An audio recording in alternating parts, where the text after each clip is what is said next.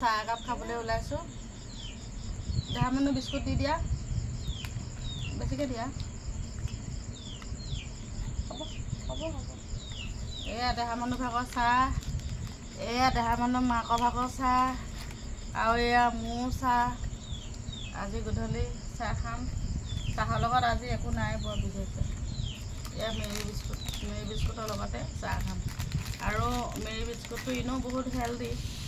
Marie বিস্কুটটো খালে বাৰু ভাল, সৰু ল'ৰা ছোৱালীৰ পৰা আৰু ডাঙৰ মানুহলৈকেও খাব পাৰে। আৰু গধূলি চাহ অকণমান নাখালেতো ভাল নালাগে, একদম মানে কানিয়ে কানিয়ে লাগি থাকে। আৰু চাহ একাপ খাই দিয়া মাত্ৰকে, গাখীৰ চাহ একাপ খাই দিয়া মাত্ৰকে মানে মনটো মুকলি হৈ যায়।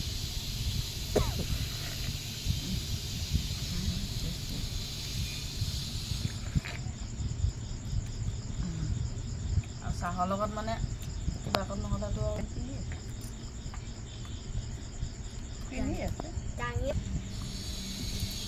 পিয়াঞ্চি মাকে লোৱা আকৌ দুটা বিস্কুট।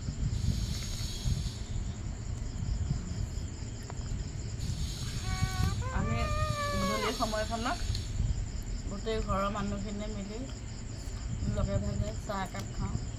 আমি অকলশৰীয়াকৈ একো বস্তুৱে নাখাওঁ।